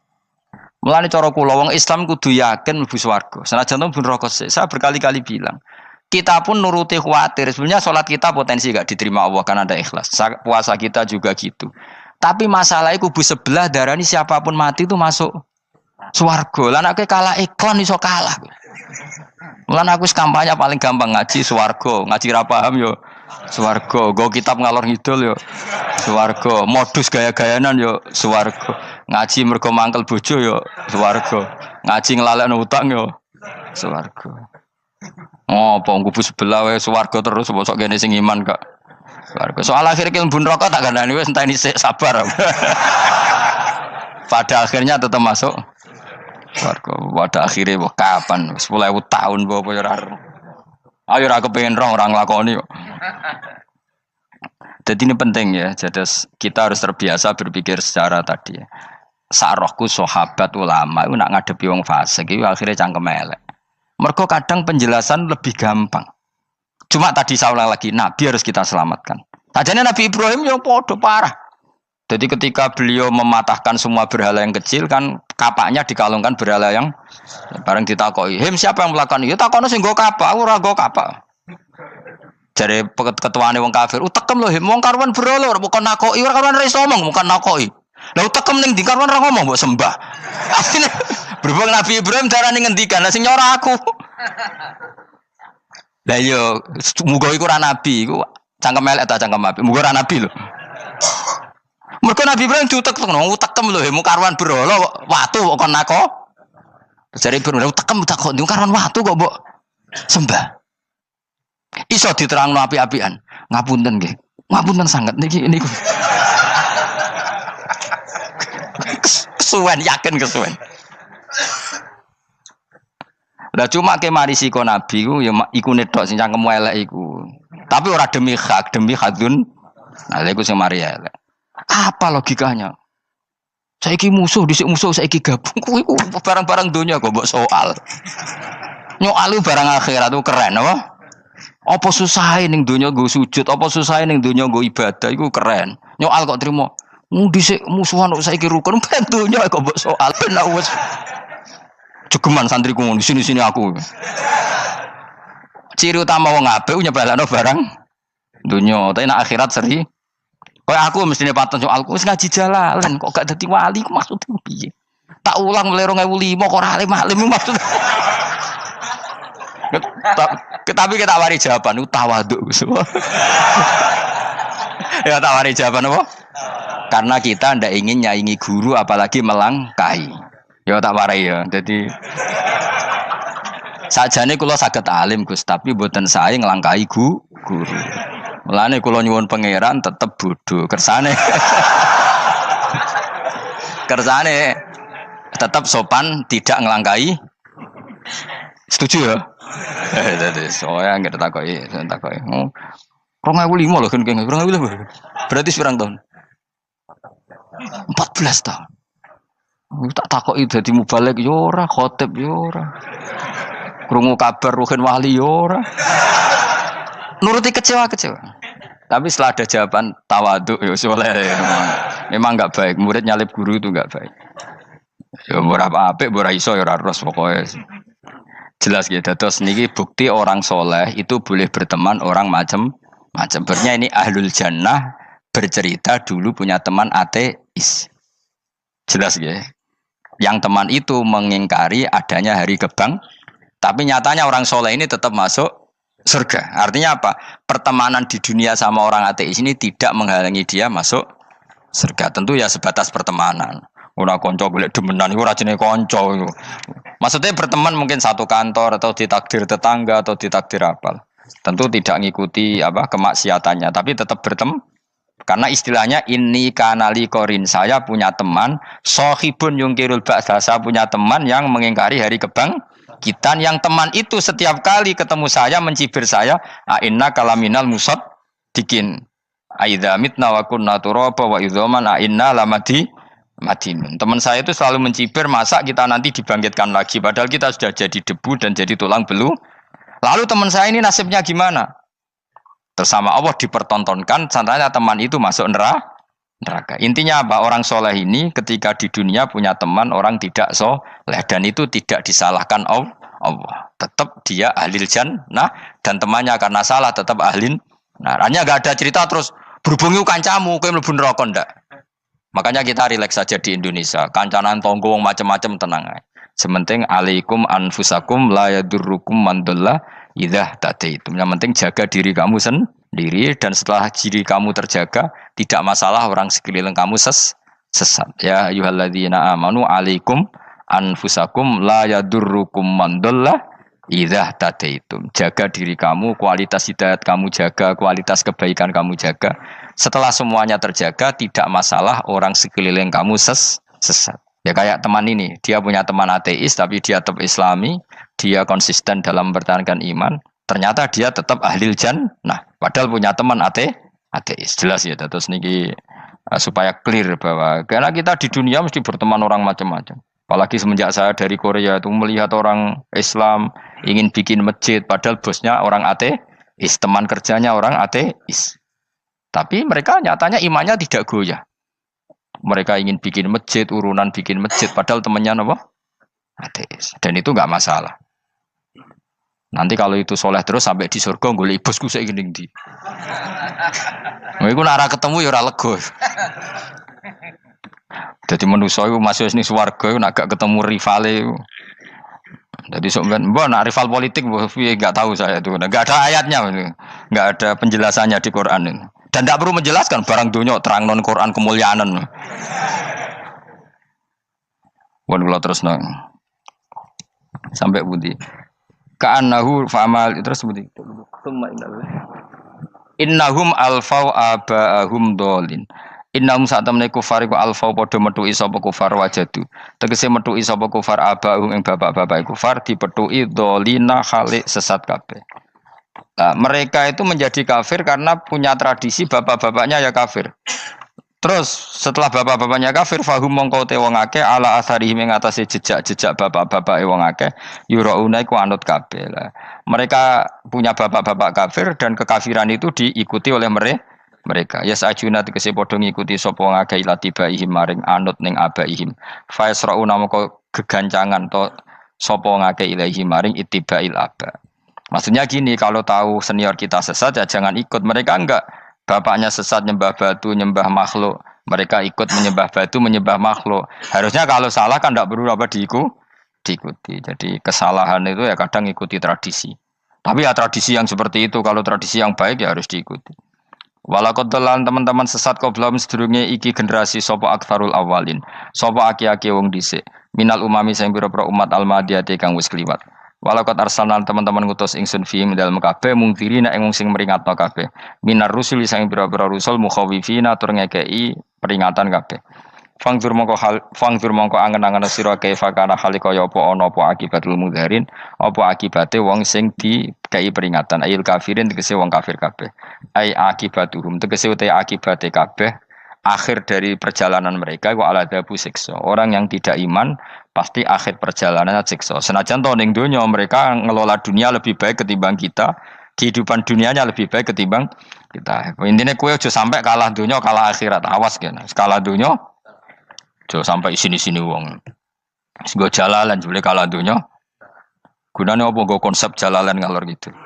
Tulis jalalan kalah di dunia menang akhirat. Jebule kalah pisan. Innalillahi wa inna ilaihi raji'un. Awas ke sebenarnya swarga sini-sini wong. Illa ibadah wahi kecuali pira-pira kaulian Allah al-mukhlasina kang ikhlas kabeh, al-mukminina kang mukmin kabeh. Fa innahu mongko satuna ibadu wa al-mukhlisin utawa al-mukhlasin iku najau. Iku selamat sapa kabeh minal adabi sanging siksa. Li ikhlasihim krana ikhlase wong akeh fil ibadati ing ibadah. Nak kira iki ta apa? Illa ibadah wahi mukhlasin sami nggih. Fathah. Kira iki ta napa? Lame fathah. Illa ibadah wahi mukhlasin iki. Tapi ana sing kira mukhlisin mukhlasin kira iki to. Hah? Ora lah jeng Quran. Mukhlas. Auli anna wa ta satemne wa ta'ala akhlas nyelametno sapa mikhlasno sapa ing kabeh lah krana ikilah amal ala qiraati fathil lam ing atase wacanan maca lam. Dadi qiraah itu ada illa ibadah wahil mukhlisin, ada illa ibadah wahil mukhlasin. Jadi mang dua qiraah. Tapi ki anut sing umum ya, aja aneh-aneh. Walaqad nadana nuhun fala ni'mal mujibun. Walaqad nadana lan teman-teman ndonga nek kita sapa nuhun Nabi Nuh bikauli iklan dawe Nabi Nuh, Rabbi inni maghlubun fantasir. Rabbi do pengiran ingsun ini sak temen ingsun maghlubun den kalahno, fantasir mongko kula aturi nulungi panjenengan. Fala ni'mal mujibun, mongko iku banget nikmate sapa al mujibun, sapa zat sing nyembadani lagu maring Nuh nahnu te kita. Aida'ana ala qaumi. Maksudnya Nabi Nuh ketika tertekan oleh kaumnya, kemudian Nabi Nuh berdoa kepada saya. Dan saya kata Allah fala ni'mal mujibun, zat terbaik yang memberi terkabulnya doa itu fala ni'mal mujibun. Ya Nuh berdoa kepada saya kata Allah, dan saya kata Allah adalah zat terbaik yang bisa mengabulkan doa. Itu jenenge apa? Fala ni'mal mujibun. Eda ana tekse ndonga sapa Nuh nak ing kita ala qaumihi ing atase kaum Nabi Nuh fa ahlaknahum mongko ngrusak ingsun ing kaum Nabi Nuh bil ghoroqi kelawan tenggelam. Jadi kowe nak mangkel mbek wong-wong sing ora iman, iku pilihane iku kowe parek pangeran. Nak parek pangeran nak sing ora iman dikalahno pangeran. Kowe ora usah dadi ekstremis, malah ribet dhewe. Pasrahno napa pangeran. Lah nek kira wali ora mandi-mandi, ora mandi ya wis. Sementing kowe ning donya bernegara secara sehat, gak perlu dadi napa? Teroris, gak perlu dadi napa? Ekstremis. Karena Nabi Nuh ketika mangkel mbek kaume, Nabi Nuh ngebom mereka apa matur pangeran? Matur pangeran, kemudian pangeran sendiri yang ngambil napa tindakan. Kowe yo ngono mbek musuh-musuhmu sing hasud mbek kowe. Tapi mbah kok nang pangeran malah bela kono. Lah kadang musuhmu luwih bener timbang kono ya. Timbang kowe. Kono kerja keras sugih. Terus duweni kowe sekere turu. Terus mbok pasutno jebule pangeran bener. Kok kowe pemalas. Kono bekerja keras. Yo mbah nak ngono. Lan jegeman di musuh wong saleh. Mergo nak maksudno malah balik ning kowe. Di musuh sing ra saleh dadi menang kowe. Nak padha ra saleh ya mbok ra jelas. Fa ahlaknahum mongko ngrusak ingsun hum ing kaum Nabi Nuh bil ghoroqi kelawan apa tenggel. Sing jelas nabi-nabi dulu nak kecewa mbek musuhe iku mature teng pangeran. Mboten kalau perang itu beda loh. Nabi kalau perang dia perang di arena perang di Badar, di Uhud. Jadi janjian terus duel. Ora kok musuhe turu terus di sebelah mboten enten ngono. Ya kalau mau perang ya janjian, jadi fair. Mereka nantang Nabi, tentu kan tidak baik kalau kebenaran ditantang kebatilan tidak berat. Terus akhirnya ya duel ini wow. Tidak. Yang jelas perang itu tidak sepihak. Makanya bahasa Arabnya takotul, saling perang. Jadi wazan kalau dalam nahwu itu dalam shorof itu qatala itu wazannya musyarakah. Musyarakah itu saling merang, saling nyerang. Jadi nggak boleh sepihak. Makanya janjian oke, mau iduna badrun, kita perjanjian kita ketemu di apa? Badar terus ketemu. Ora kok limbe-limbenan mboten, memang tarung. Jadi keren. Sing kalah ya keren, sing menang ya keren. Mergo corong Jawa wani adep. Mboten nyulik niku mboten. Sehingga disebut muqatalah atau napa kital. Masdarnya itu qatala yuqatilu muqatalatan. Malah latihan sorab lah jong. Karena syarat mufassir itu harus ahli napa? Sorab. Wa najinahu lan nyelametno ingsun ing Nabi Nuh wa alahu lan keluargane Nabi minal karfil azim saking banjir sing gedhe. Ail gharqi tegese selamat sangka tenggelam. Wa ja'alna lan gawe ingsun zuriyata yang anak turun Nabi Nuhum al-bakin. Fanasu mongko te manusa kulhum kabeh nasikum minasli sanging turun Nabi Nuh alaihis salam. Makanya jenengan yang syukur. Jadi turunan yang sekarang itu sudah steril. Saya ulang lagi. Kamu ini sudah turunan yang steril. Tidak ada bapak yang kafir. Yo kowe kabeh sing ngaji Jalalain. Kowe kabeh.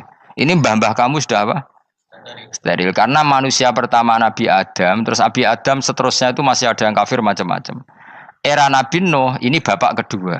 Sing kafir tenggelam kabeh, terus ada orang 80 semuanya mukmin. Makanya kita yang sekarang itu istilahnya Allah zurriyataman hamalna ma'nuh. Kita ini turunan orang yang diangkat di perahunya Nabi Nuh.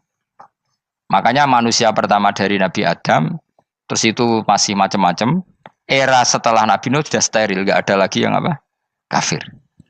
Umpama mbah-mbahmu ana sing kafir meneh, Iku ya kafir sing ora asli. Sehingga engkau ya langkai wae. Mesti aja anggap langkai wae. Terus melok mbah sing nopo? Sing mukmin. Ya jelas ya. Fannasu kulluhum min naslihi alaihis salam. Jadi setelah periode banjir itu semua manusia itu sudah turunan Nabi Nuh dan pas itu sudah steril semuanya apa? Mukmin. Ya orang 80 semuanya orang apa? Nah, setelah itu ada lagi yang kafir. Lah aku ora roh iku sing dadi mbahmu ta ora roh. Ya ora perlu roh kowe. Mulane ora apal nasab penting kanggo biasa ben ora roh. Tadi fanasu mongko te manusa kulo mis kabeh nas iku min naslihi saking turunan Nabi Nuh alaihi salam. Bakana lan ana iku lahu kedene sapa salah satu awaladin sapa telu pira-pira anak Sam. Pertama Sam wa Abul Arab wa Faris wa Rum wa Ham wa Abu Sudan. Sing Ham Abu Sudan, bapake wong napa? Sudan. Wa Yafas, ana sing maca Yafis. Yafas Abu Turki, bapake wong pundi? Wal Khazar, wa Ya'jud wa Ma'jud wa Magunalika. Mbah kowe minduane sing tira babamu sing Abul Arab ira ngembesek. Persi kita ya kurang ganteng. Rom kira ora wong Itali. Kae turunan ndi? Ham iku paling Abu Sudan wong ireng-ireng.